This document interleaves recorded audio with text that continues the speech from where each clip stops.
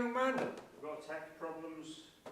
Oh dear, I was just going to give you an Easter egg as well. Oh, don't eat chocolate. Don't you? Yeah. I love it. Remember last time we had a blank screen and it was to do with this, wasn't it? Yeah, yeah, yeah. I've checked that. Oh. Did you come back? No? Yeah, Share it. Thank you. So we're on. Okay, so go to Camlink. Double click on Camlink. To sort of kick it in. Yeah, yeah. Then go to FaceTime. That one. Yeah. See your ugly mush. Few seconds. Yeah.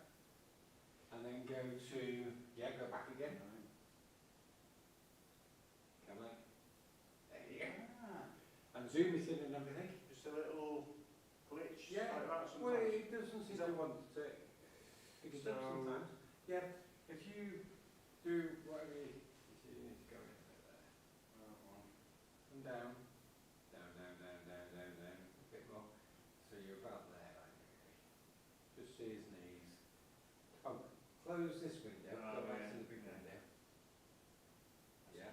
And I think that's about right, yeah. It's better to get as close in as you can. Yeah. Okay. Lunches. Toast. Yeah. It's, Just right. try the music. So done. Hang on. You've got the wrong dingwar on. This is for.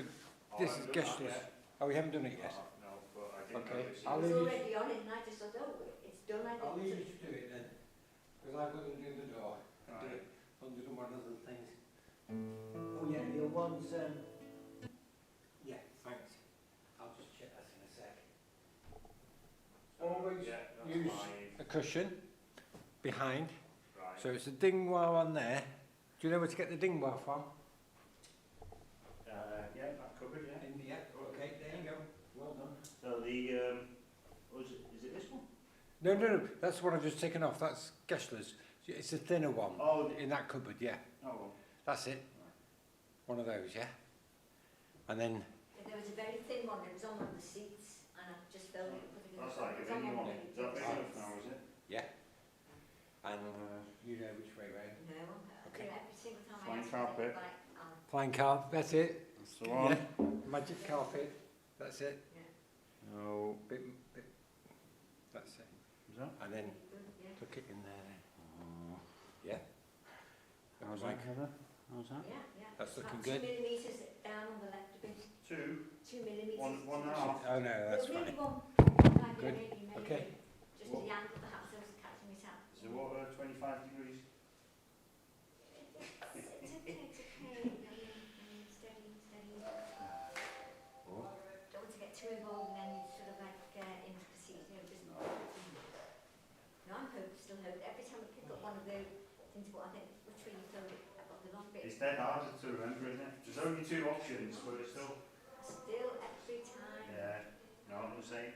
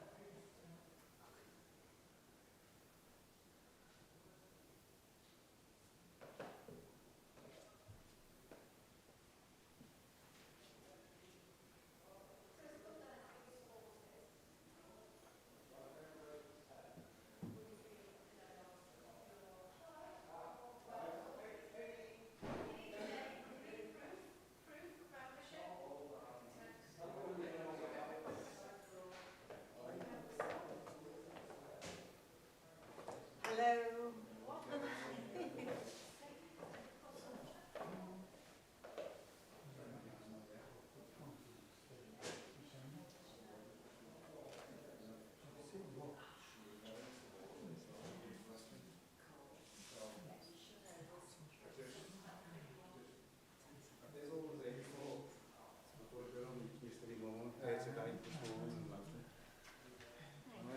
Yeah, fine, fine.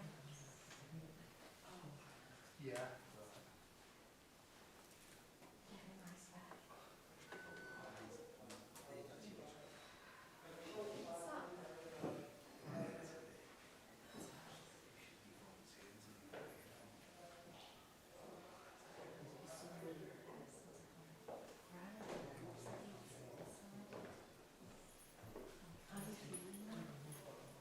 Hi. Just today, I vaguely felt better. Yeah, I'm still sort of on paracetamols, but only just my mornings. I felt a lot better today. Felt like I just couldn't be bothered doing stuff.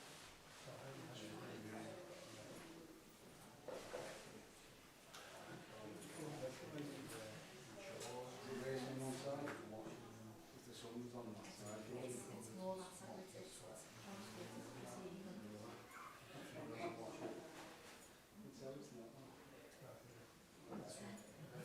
it's just more, you have to be careful when you get to my age.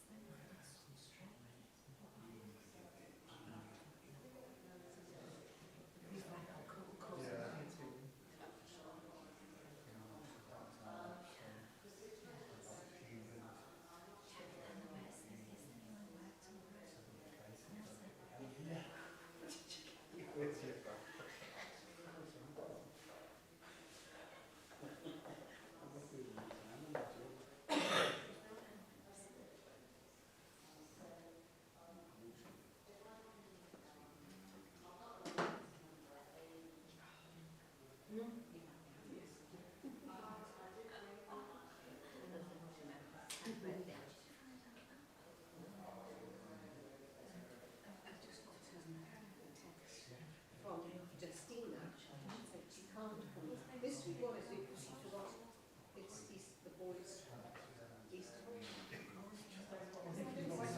This morning because the boys would have been at home. She probably then didn't think she was supposed to be coming here. I presume.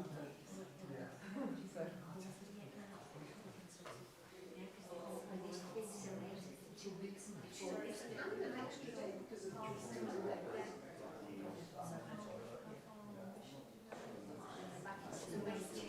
So Easter Monday, then it's Tuesday. Because I remember saying to her, no, she said, this is late. She said, I can't remember us ever having 2 weeks prior. She said teaching groups, she was a teacher. I can't remember autism. She was over 2 weeks prior.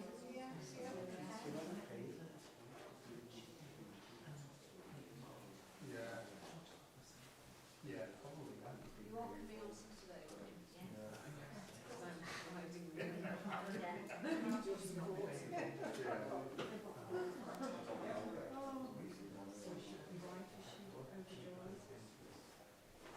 April the 4th, April the... whatever it is on Saturday. April the... What will it be? 11th, 12th? Is it this Saturday? What day is it today? 9th? Today's 10th, so it'll be the 12th. Do you need them? No, I don't. Don't need it. Is this the one that you said maybe was maybe just going to be getting? Yeah, I mean, when the Marley spotted it supposedly. Yeah, And then almost. so it's out loud. How is it in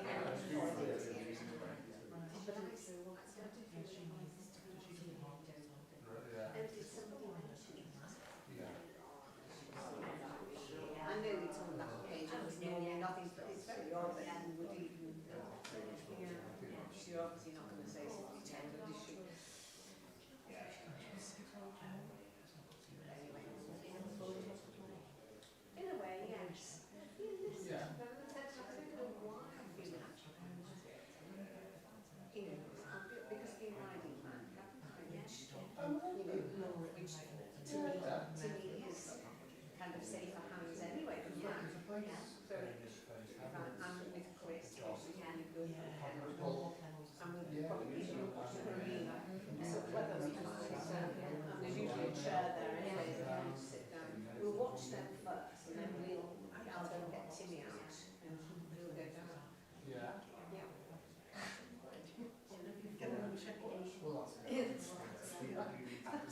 Exact expression.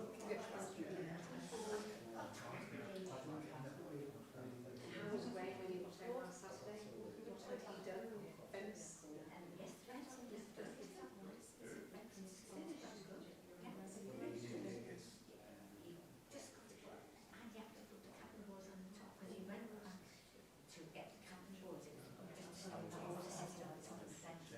Yes. Certainly it was against the wall, it was now too very stopping it, and it's just a couple of we've got the walls and the amount of it fences basically. It goes for his, oh yeah, he's got the Portland,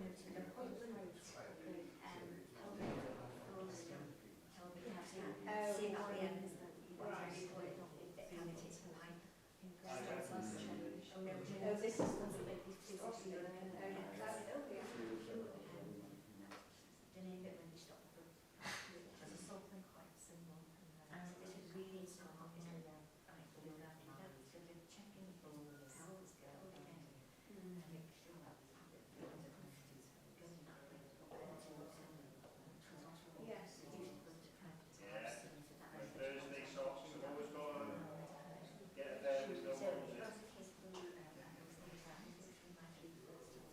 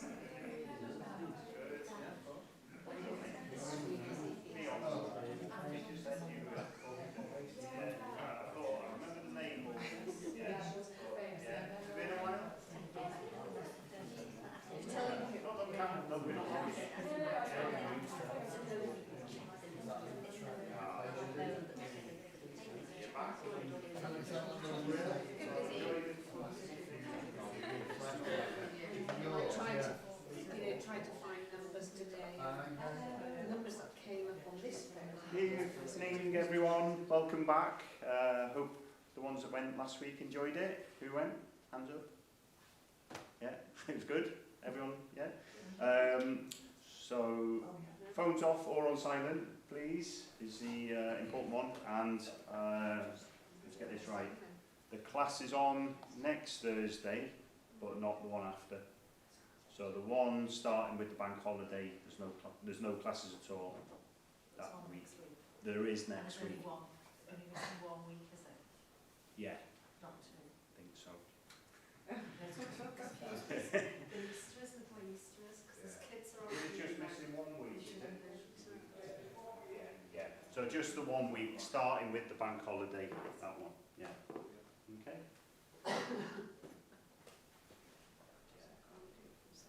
Is that later? It's the Spring Festival.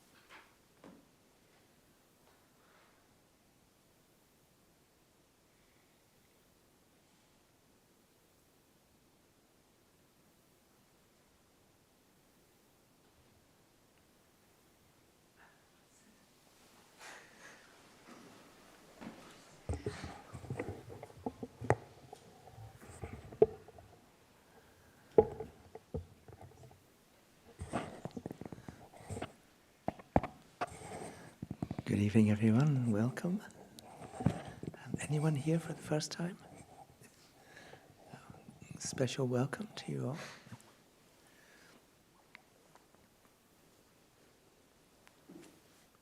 So my name is Gen Kelsang Talopa, and I'm the resident teacher here in Kadampa Meditation Centre, Liverpool. So tonight we're going to talk about some aspects of love. Love is a very important mind to develop. It means that we wish others to be happy. We simply have a mind that wishes others to be happy. And interestingly enough, all the happiness in the world comes from a mind that wishes others to be happy.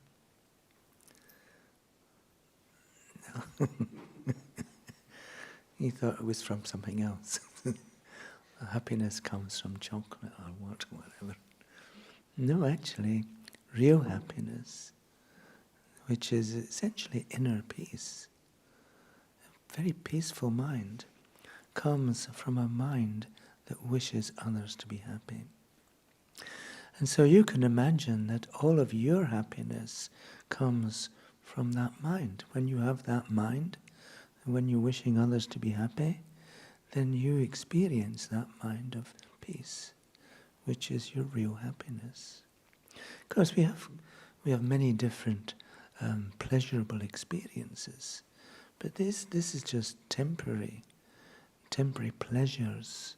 It's not real happiness. Real happiness comes from a mind of love and compassion.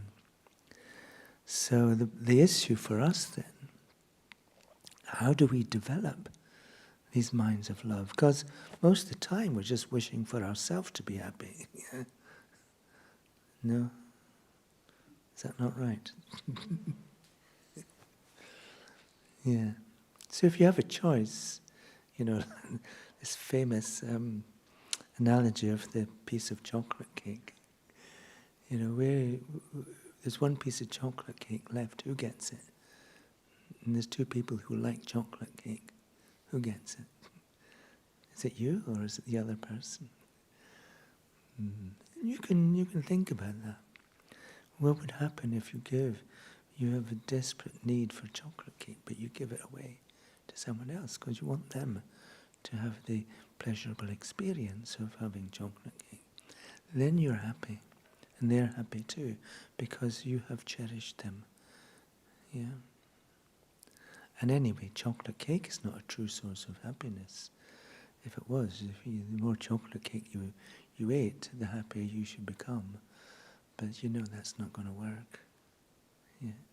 And in reality, there's nothing out there that is going to do that for you. That the more you have of it, the happier you become. There's no material things, there's no reputation, there's no experience of pleasure, there's no feeling that you're respected, and so on. This is what we normally look for. We try to accomplish these things, increase our wealth, our reputation, our pleasure, our respect, and so on. I mean, we'd be happy to have more of these things, but we're unhappy to lose them. But in essence, there's no consequence. There's no meaning of these things at all. What do you think your reputation is? If you ever think about your reputation, what do you think it is? It's simply what you think other people think about you. And that's it. And it's just a mirage, really, just a mirage. And also, none of these things, you can be the most wealthy person in the world. You can have the best reputation, you can have the highest status in the world. You can be president of some great country. But when you die, there's no meaning. You know, you're just reduced to nothing. Then you go into your next life with all the negativity that you've created in order to pursue these things, this high reputation, this great wealth, and so on. So, but love will never disappoint you. This mind of love, the more you generate it, the happier you become. So, that's what we're going to talk about tonight. We'll begin with liberating prayer. And the important thing about liberating prayer is that a prayer that recognizes the good qualities of the founder of Buddhism, Buddha Shakyamuni,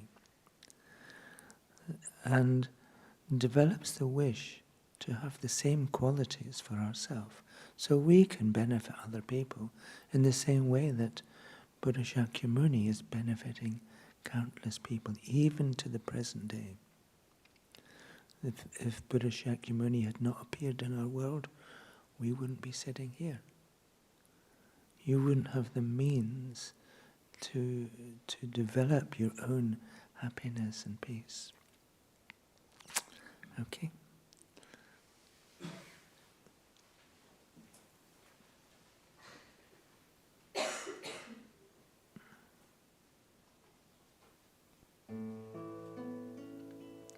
O Blessed One, Shakyamuni Buddha,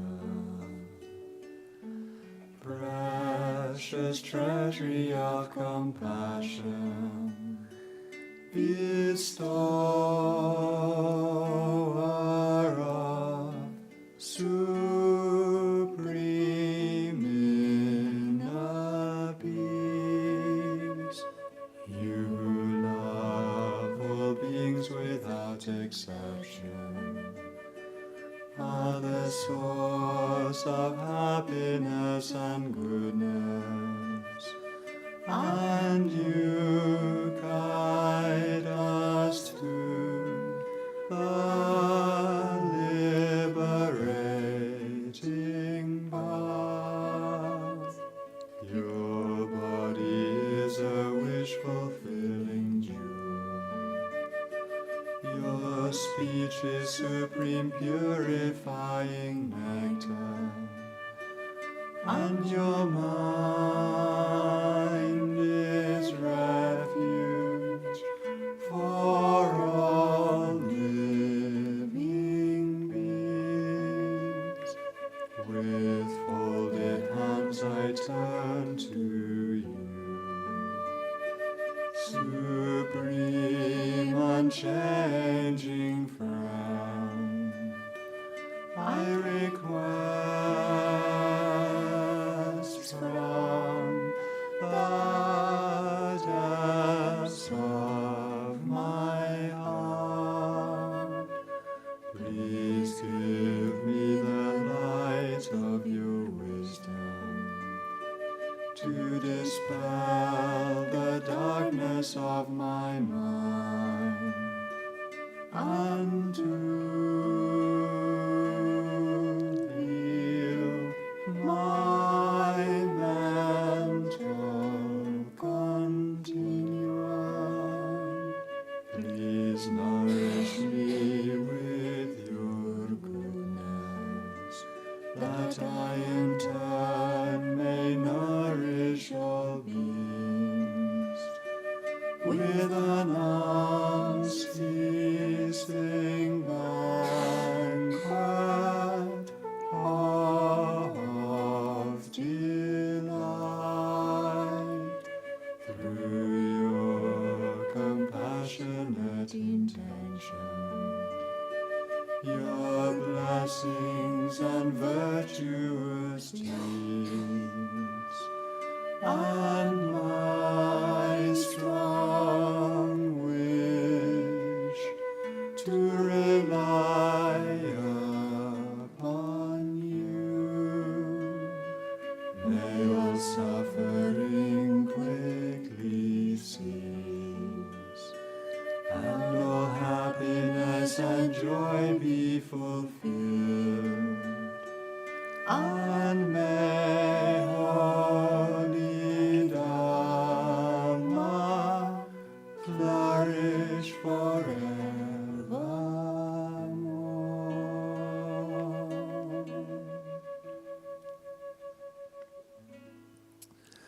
And so we can do a brief meditation just to allow our mind to become still.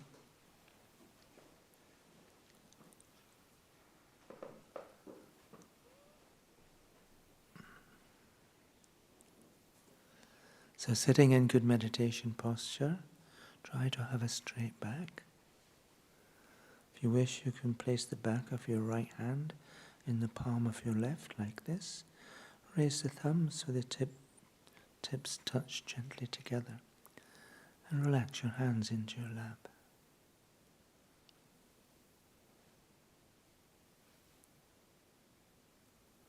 For a few moments, just watch the rhythm of your breathing. Just imagine you're seeing your breath as you breathe in and breathe out.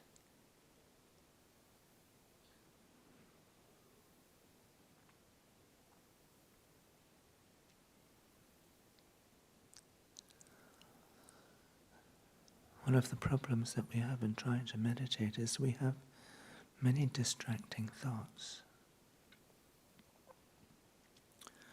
We can try to deal with those just by imagining that the whole world around you just disappears into empty space.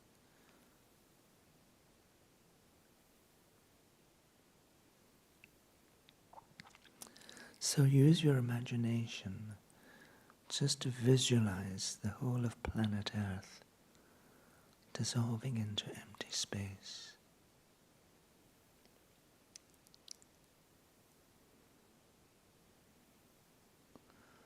So whole continents and populations and cities and mountains and just disappearing, and great oceans disappearing.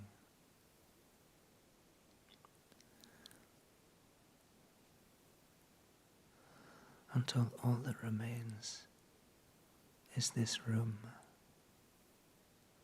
Imagine everything else outside of this room has disappeared into space.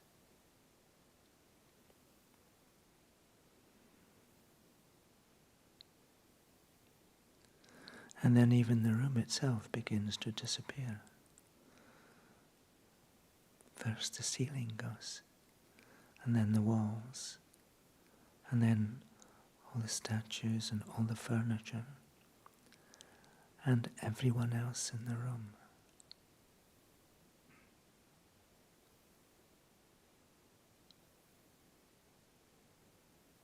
And then even the floor and the chair on which you're sitting. So all that remains is you, your body and your mind, as if you're alone in empty space.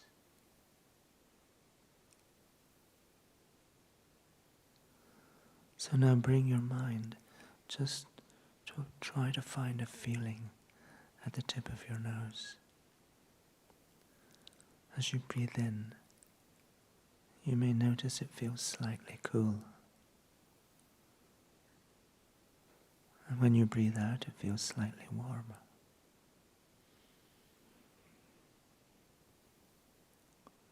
Cool as you breathe in, warm as you breathe out. Try to find that feeling. And then when you find it, just allow your whole mind to relax into that feeling.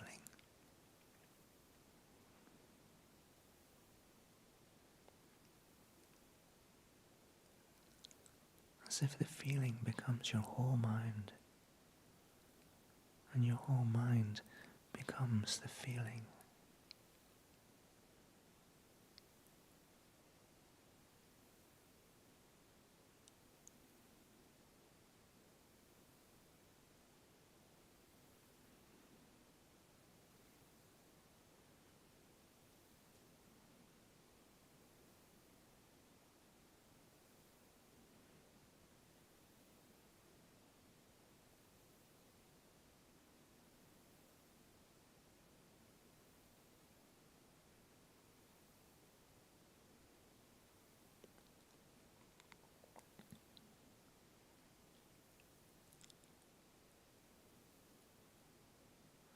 And if you're able to allow your mind to relax like this,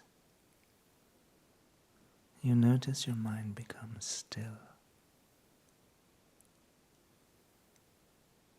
And from the stillness of your own mind comes a deep feeling of peace and contentment.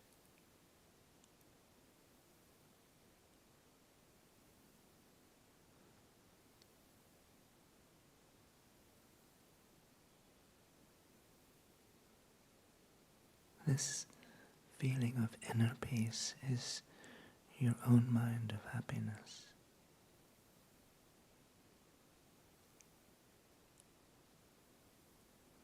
It's completely dependent and only dependent on your own mind. Just allowing your mind to become still. This feeling just naturally arises.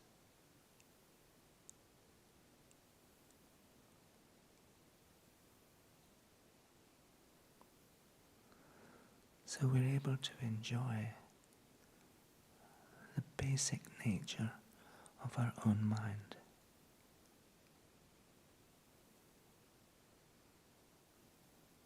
Undisturbed by the clouds of distracting thoughts.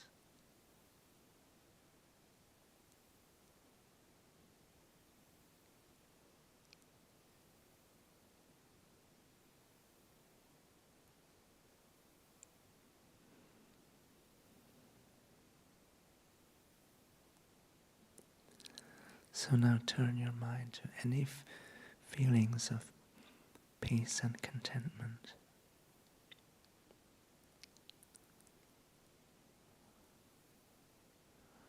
Because you can have them again any time.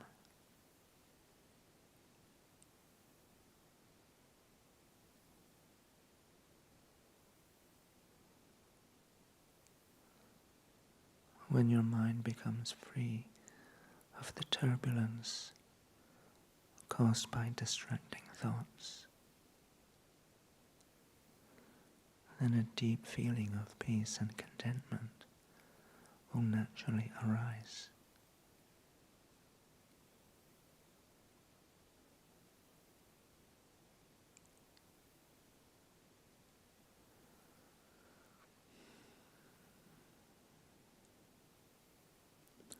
try to remember this experience. You can bring it back again anytime. So now you can begin to relax your concentration. And when you're ready, you can arise from meditation.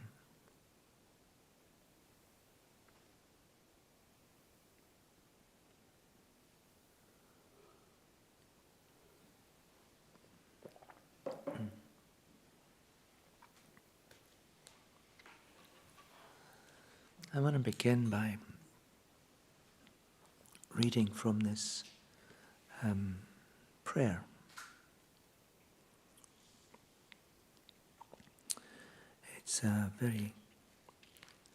It's essentially a prayer to recognize the kindness of our spiritual guide. Anyone who's guiding you on a real path to freedom from suffering and permanent peace and happiness is worthy of your respect and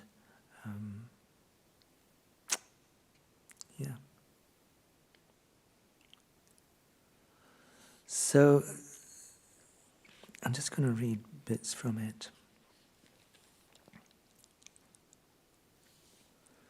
In that no one wishes for even the slightest suffering, or is ever content with the happiness they have. There is no difference between myself and others. Realizing this, I seek your blessings joyfully to make others happy. So what it's saying essentially, we're all the same. We're all the same in wishing to find real happiness and never experience any problems. So because we are the same, and because we want to improve ourselves, we want to find this real happiness that's on offer, I seek your blessings joyfully to make others happy. And then comes the dangers of what we call self-cherishing, always putting ourselves first. Seeing that this chronic disease of cherishing myself is the cause that gives rise to unwanted suffering, I seek your blessings to destroy this great demon of selfishness by resenting it as the object of blame. So you got any self-cherishing in your mental continuum? No? How wonderful. You can come and sit up here. What happens when we cherish just ourselves alone? When we put ourselves before anybody else, our welfare, our happiness, our freedom from problems and difficulties, if we put ourselves before anybody else, what happens then? You any ideas? Do you get angry when other people get in the way of you finding what you want? Yeah. Do you get jealous of other people's happiness? Do you develop uncontrolled desire? I've got to get this thing, I've got to get that person, just to do what I want.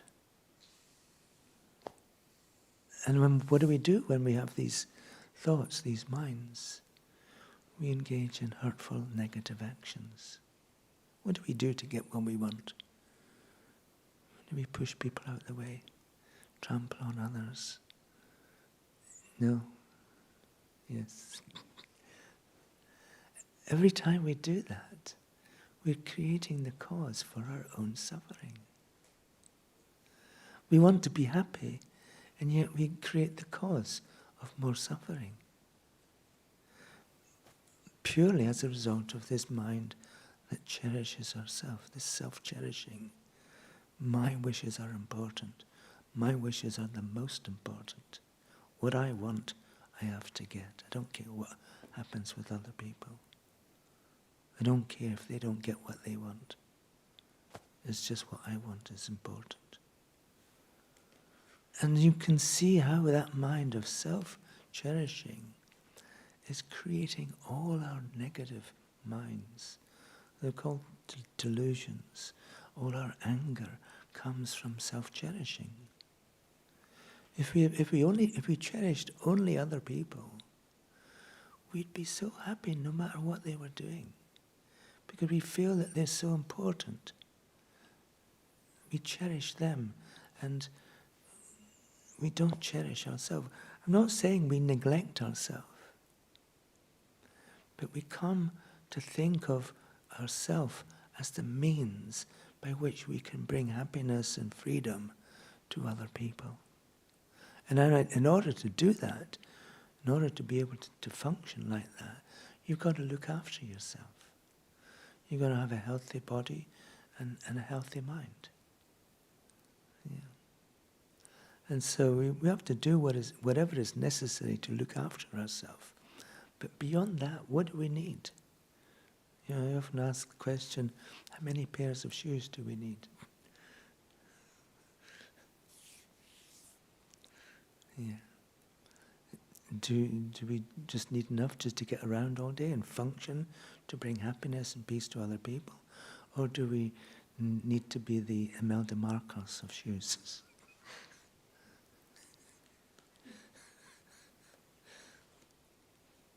You can decide. No one can decide these things for you.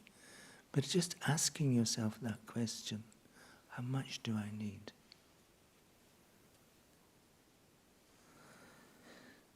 Seeing that the mind that cherishes mother beings and would secure their happiness is the gateway that leads to infinite good qualities, I seek your blessings to cherish these beings more than my life, even if they rise up against me as my enemies. Wow, do you not think that's a bit extreme? Even if someone rises up against you as your enemy, can you still cherish them? What is your real enemy? What is the real thing that's causing your suffering and will continue to cause your suffering? Your real enemy is your delusions, the anger, the jealousy, the uncontrolled desire, the deluded pride. These are your real enemies because they continue to destroy your happiness, not just now, but in the future. So if someone's humiliating you and hurting you and attacking you, what is the real thing that's driving them? It's their delusions. It's their anger. It's their uncontrolled desire, and so on. So what is important to be able to distinguish between the delusions in someone's mind and the person themselves. If you take things like salt water, salt is not an intrinsic aspect of water. Salt and water are two different things. These happen to be together in salt water, but they're two different things. In the same way, a delusion and the person are two different things. Anger and the person are two different things. So we can be averse to someone's anger, and we can wish to help them to control their anger, but we don't need to be angry ourselves with the person.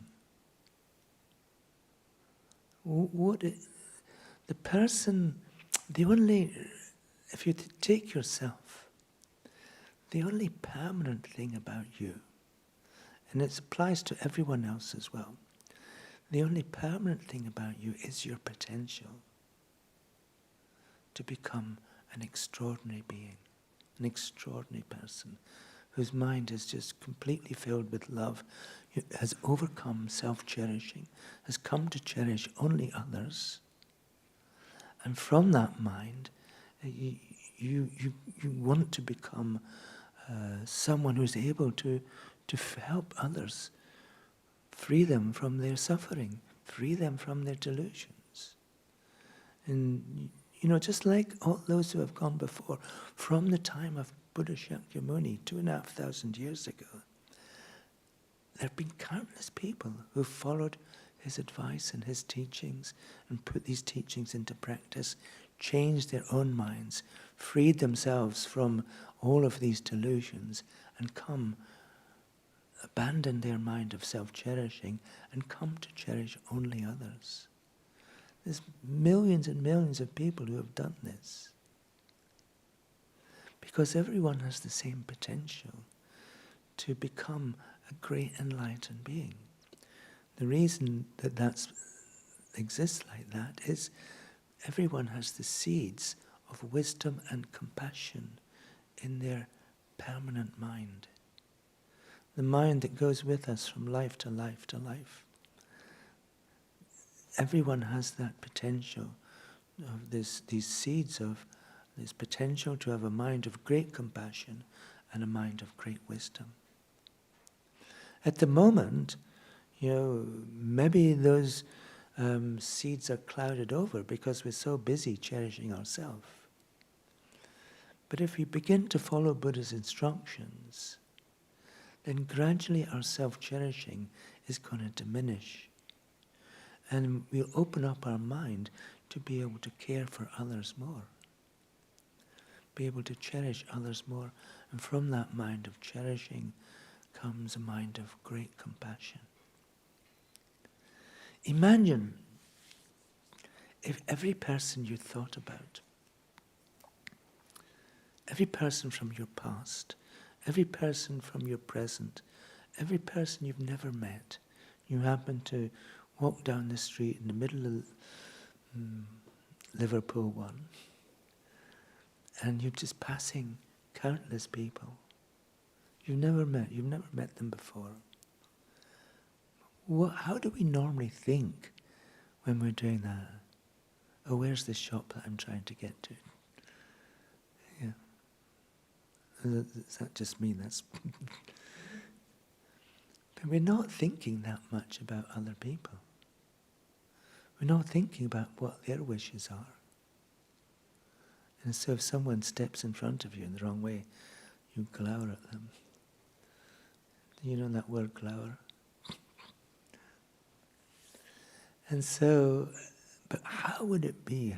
Your experience would be totally different if you had this beautiful mind that's just simply wishing others to be happy, wishing every person who appears in front of you just to be happy. You have this precious mind of love. Yeah. So that's what's on offer. That's what you can have. And as I said earlier, this mind of love is the source of all your happiness. All the happiness in the world comes from a mind that wishes others to be happy. All the suffering in the world comes from a mind that wishes only oneself to be happy. So there's a great paradox. We find happiness ourselves by wishing others to be happy.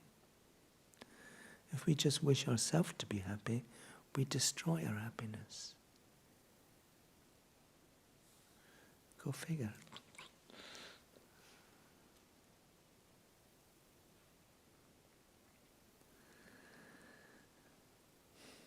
Since cherishing myself is the door to all faults, and cherishing mother beings is the foundation of all good qualities, I seek your blessings to take as my essential practice the yoga of exchanging self with others.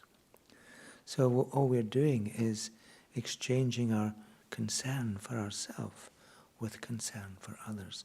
It's called the yoga of exchanging self with others. The yoga simply means the path, the practice of exchanging self with others.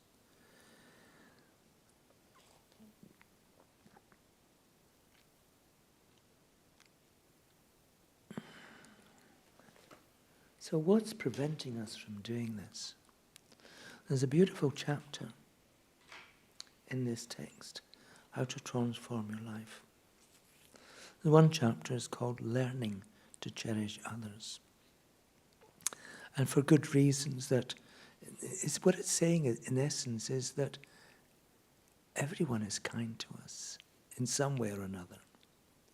The clothes we wear, the food we eat, the cell phones, mobile phones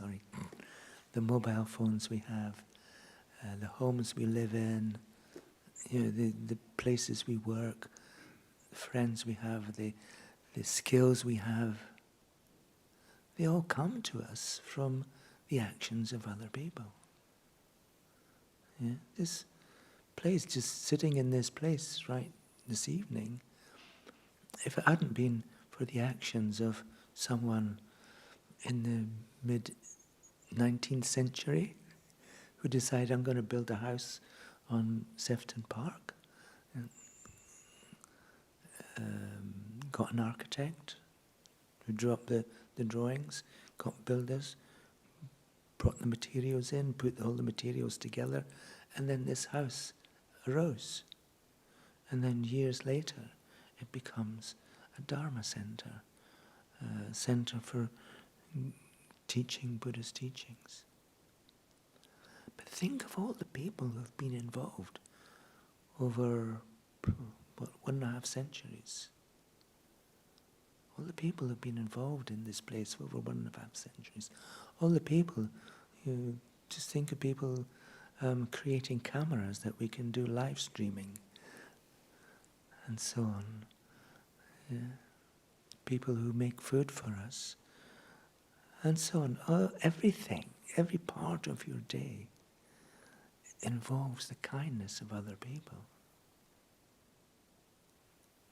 And yet we tend to forget about it. When you use your phone, do you think about people who made the phone for you? Who brought you the phone from South Asia to Liverpool? Yeah. Someone standing, doing repetitive job, just putting in little screws in a phone, doing assembly, hour after hour, for very little wages, living in a fairly small house, not much money. Yeah. Do we ever think about what their lives might be like? Do we ever wish for them to be happy too? Next time you use your phone, just think about them. Send them a message. I just want you to be happy. It's just a thought. That message is just a thought, just a prayer. That prayer is a mental action.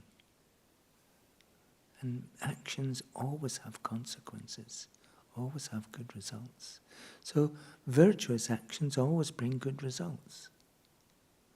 Virtue arising from our mind of love always has good results. Yeah. Both for you and for the object of your wish, your prayer. So, one of the things that Buddha taught was that because our mind has no beginning and no end, it's just like a continuum. In essence, we have our mind associated with this body. I think one of the problems that we have in the West is that we tend to think of ourselves as mainly as a physical being who happens to have a mind. It would be much more conducive for us to think of ourselves as a mental or spiritual being who happens to have this body. Because our mind has been around since beginningless time. And we've had countless bodies in the past. And after this body, we'll get countless bodies in the future. Sometimes, because I'm getting a bit on in years, sometimes I think, I can't wait to get a new body.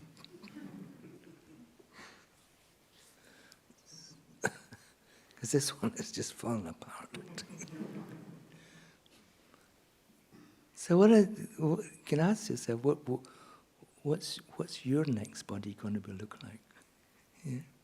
A lot of it will depend upon the quality of your own mind. If you have a mind filled with love and compassion, you're more likely to have a fortunate body again, perhaps a human body again, and with another opportunity to further improve your mind. But imagine what we were doing in all our past lives.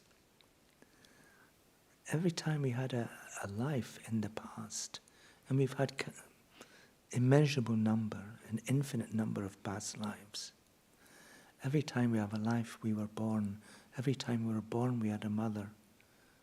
And every time, so we had someone then who was kind to us. Yeah? Like our mother of this life. Now, often some people think, oh, I've had all kinds of difficulties with my mother. But if she hadn't taken care of you, you wouldn't be sitting here. To some extent, my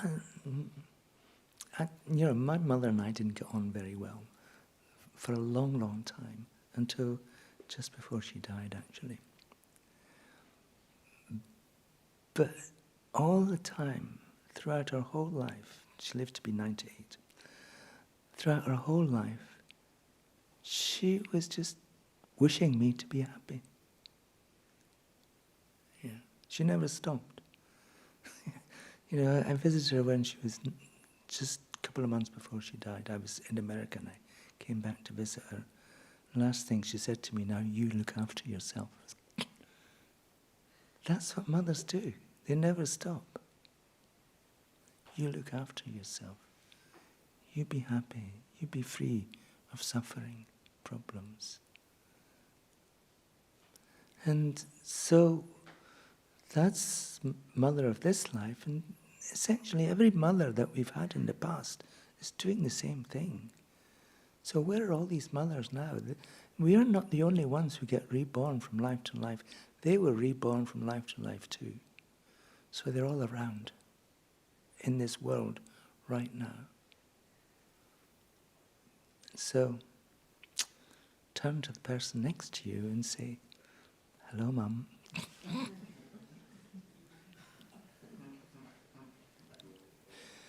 I'm so pleased to meet you again.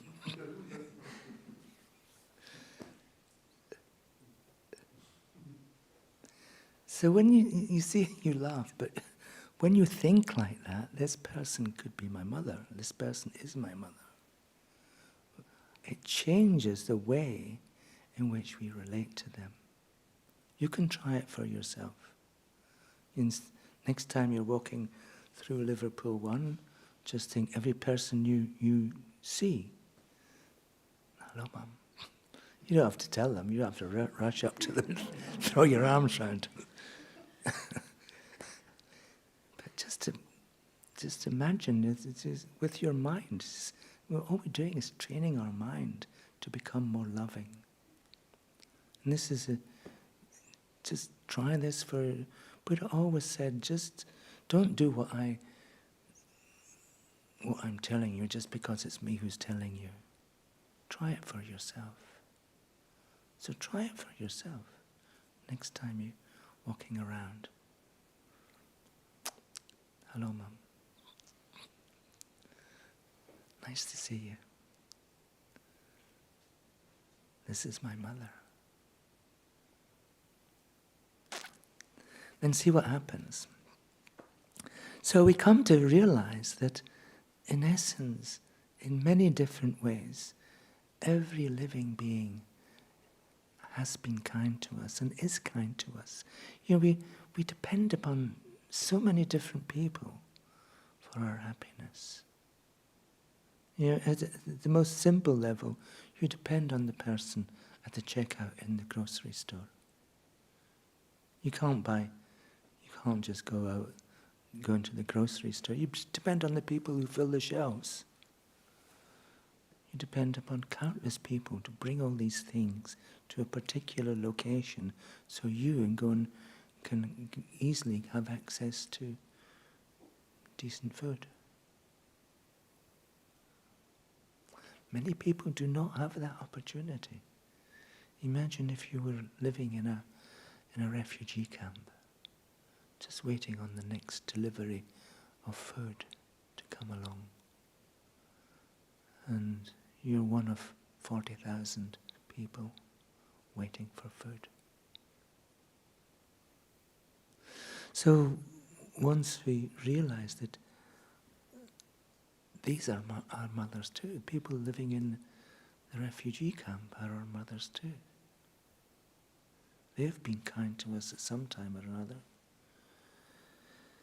And so we can, if we think about them, and we think about this, how much we have received care from every living being who's alive today, then maybe we can turn our mind just to wish for them to be happy too. Wish for them to be free of their difficult conditions and find real peace and happiness themselves. And so when we think like that, we realize essentially how impotent we are. We can't go and free everybody who's living in a refugee camp. What we can do, however, is improve ourselves, to work on ourselves, to improve our own mind, to develop the spiritual energy and power to be able to benefit other people. This is what Siddhartha did 2,500 years ago. He left behind his wealth, his position in a royal family, and just followed a spiritual journey out of a mind of compassion. I want to discover how to free not only myself from suffering, but to be able to free others from their suffering too. So we understand that how him finding and discovering this means of freeing himself, becoming an awakened one, that's all Buddha means, the awakened one. He's awakened from the sleep of ignorance. And then he gives teachings to show other people how to do the same, out of compassion. He gives teachings, he follows this journey out of a compassion, then he gives teachings out of a compassion for others, wishing them to be free of their suffering. And so that's what we're experiencing, his kindness of his actions 2,500 years ago. So imagine if we do the same, if we follow the same teaching, the same spiritual path, and we attain the same state of awakening. So someone refers to us as Buddha. The Buddha Shakyamuni simply means, the Shakya was the name of the clan or tribe from which he came. Muni just means powerful one. Buddha means awakened one. If you follow the same teachings, you could become Buddha Scouse Muni.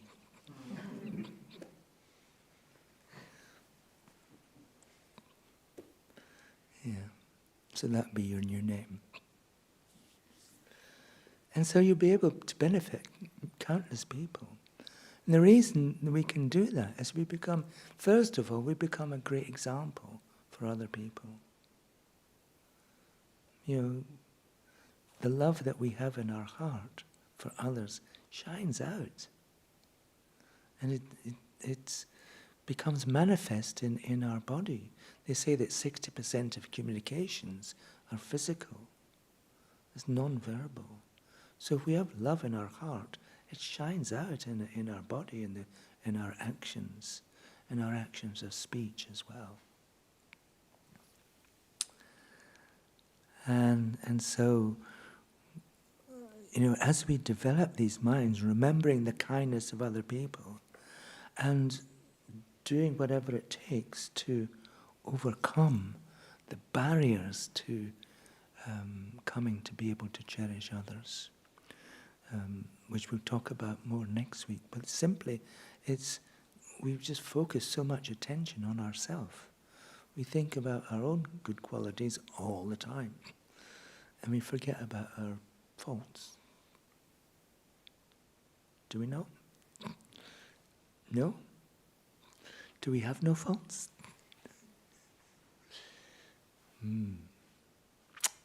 Never get angry? Never a little bit irritation? Do you ever go?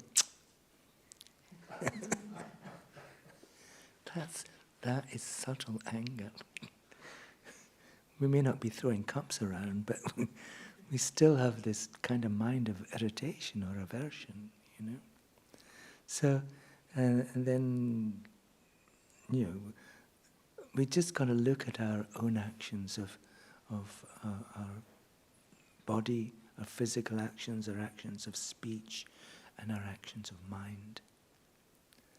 And first of all, we got to somehow clean up our act, so we stop engaging in hurtful actions. We just make a determination: I'm not going to cause any hurt or harm to anyone else. And we do make that determination every day, then we're practicing the basic foundation of becoming a better person, which is moral discipline, becoming a mind of pure ethics. So it's really good that we could accomplish this, because we come to understand that our negative actions comes from our negative mind. If we clean up our mind, we get rid of all the negativity that arises from self-cherishing, then our other actions of speech and physical actions will follow. So we find ourselves freeing ourselves from further engaging in more negative actions, which themselves are the cause of our future suffering. You've heard the word karma? Karma. Whenever we engage in a negative action, we create negative karma. So if we clean up our act, we stop creating negative karma that results in suffering, and it opens up our heart to be able to engage and create positive karma. Positive karma just brings happiness and peace and good conditions, good results. So if you want good results, improve your karma. If you don't like the situation you find yourself in, improve your karma. So, well, let's meditate then. We'll delve into the obstructions that we have within our mind that prevent us from being able to cherish other living beings. We do that next week. So sitting in good meditation posture again.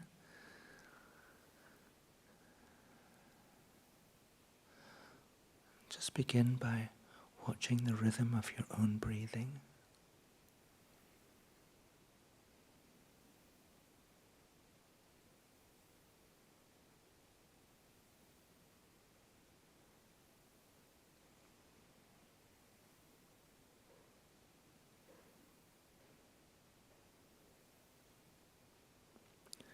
We can think of that phrase from the puja, offering to the spiritual guide.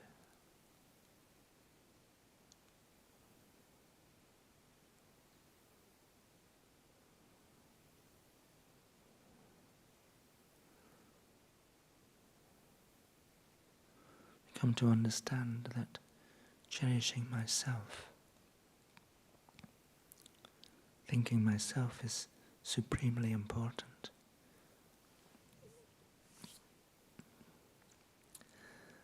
is the source of all my suffering.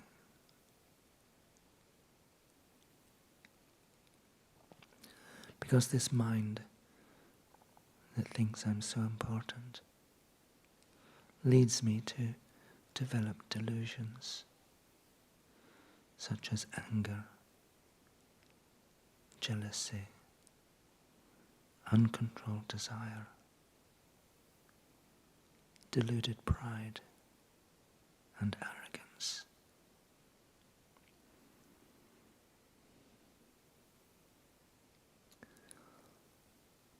And when I act upon these minds, I create more suffering for myself and for others.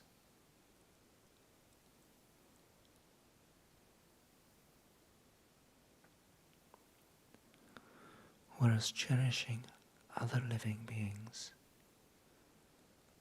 is the source of all good qualities.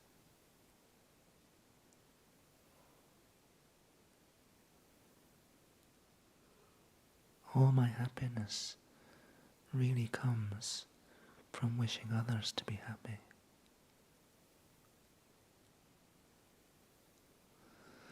So I will do whatever it takes to reduce my mind of self-cherishing and come to cherish others more.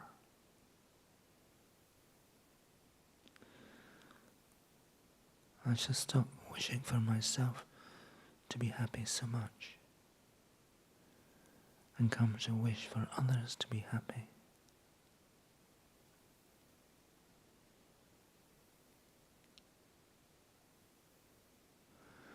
Eventually, I will come to wish only for others to be happy, and all my actions of body, speech and mind will be directed towards others' happiness.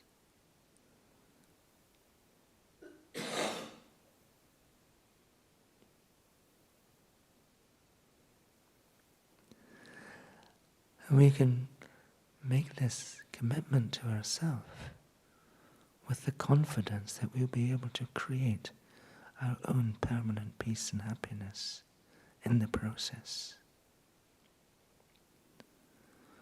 Realizing that all the happiness in the world comes from a mind wishing others to be happy.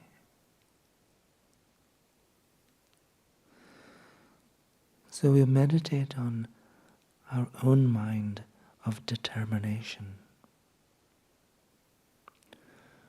Whatever else I do in this life, I will strive to reduce cherishing myself and come to cherish others more.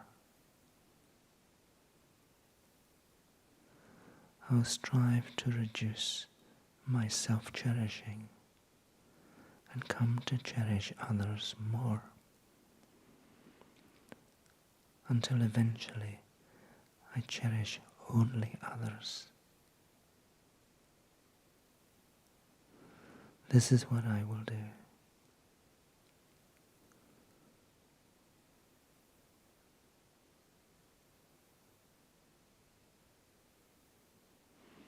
So hold that mind of determination for as long as you can.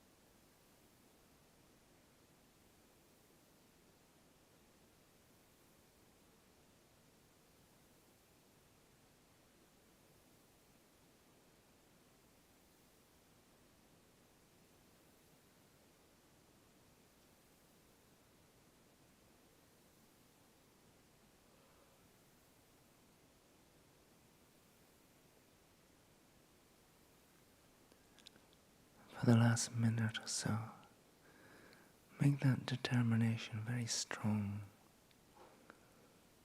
so you carry it with you into your daily life. The determination to reduce and eventually free yourself from self-cherishing, the cause of all your suffering, and come to cherish only others.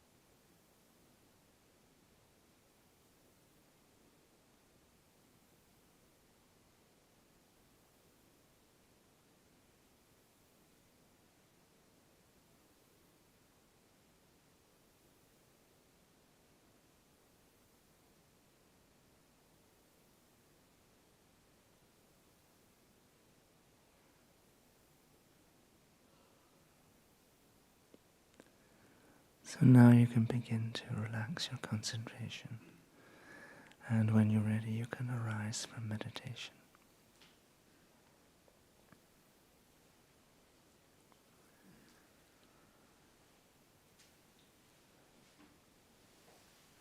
So perhaps you will eventually think of yourself as like a machine that creates happiness for other people. And at the same time you have to keep the machine in good working order. Otherwise, if it breaks down, you won't be able to fulfill your purpose of benefiting others. Okay? Any questions? No. Go to it then. Thank you so much. Thank you. I'll see you down Liverpool 1.